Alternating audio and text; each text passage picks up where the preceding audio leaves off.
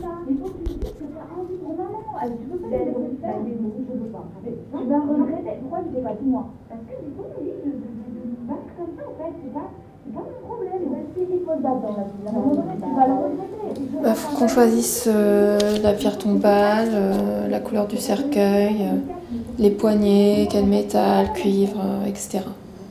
T'avais pas parlé d'un truc d'assurance Non, elle n'avait pas souscrit. Écoute, il faut que tu fasses un petit peu aussi. Tu vois, je peux pas me battre pour deux non plus. Bien sûr. Ouais, viens. Non, putain. C'est fou ça.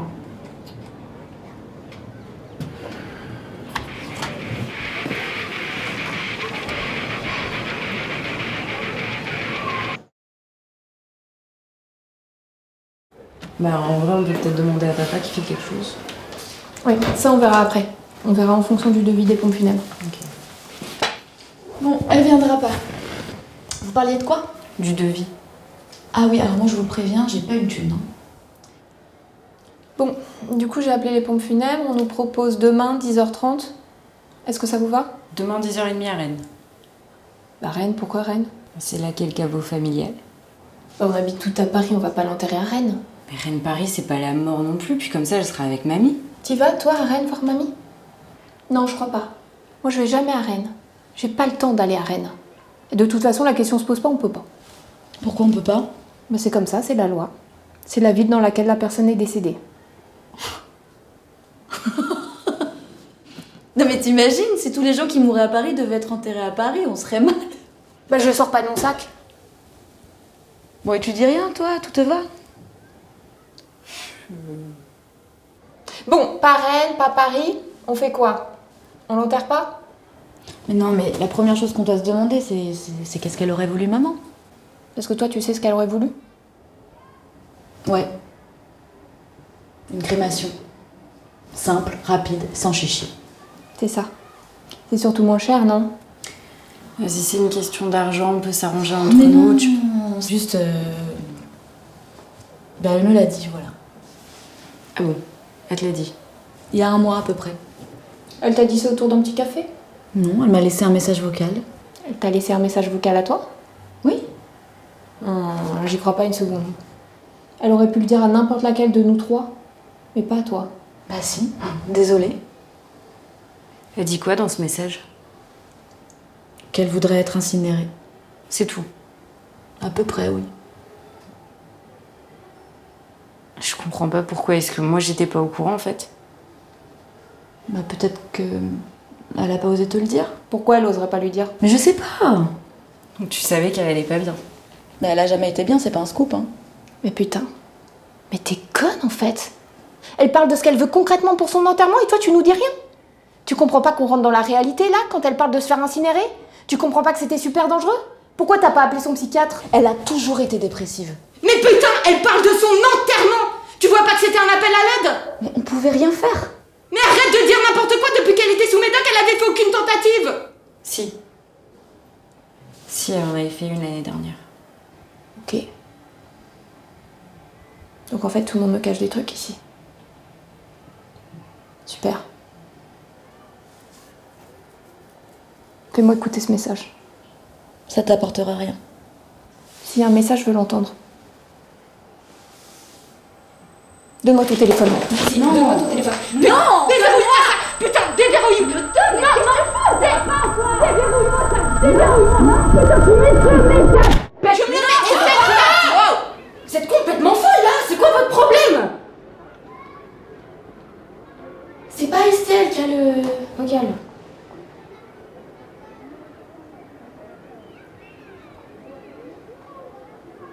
C'est moi.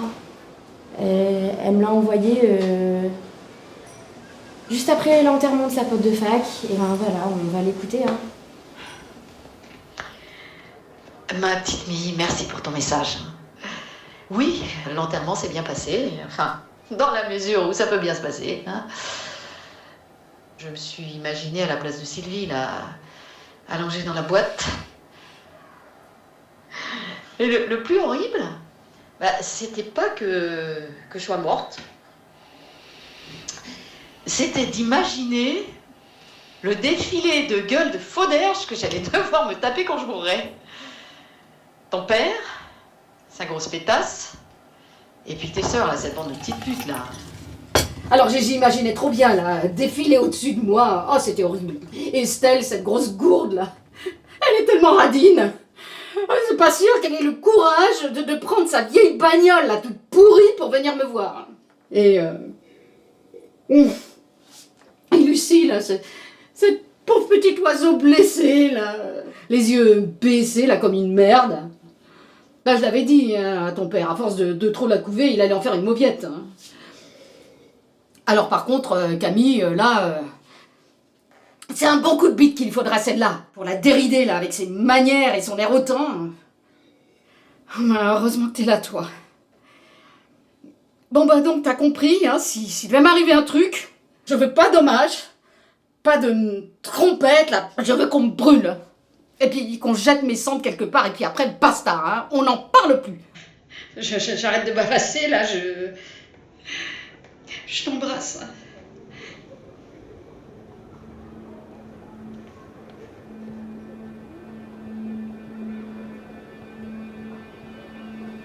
Je recevais souvent des messages comme ça.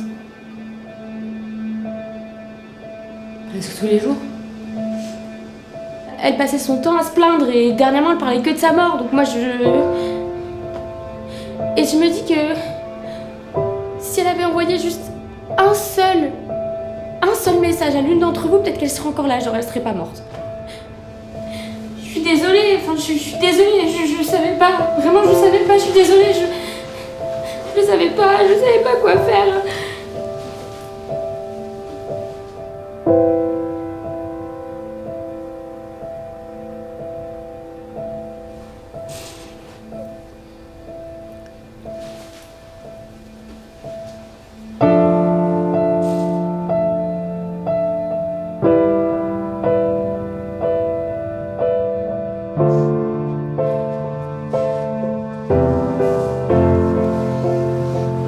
Elle a raison. Moi aussi, j'ai pas envie de défiler devant sa gueule. On la brûle?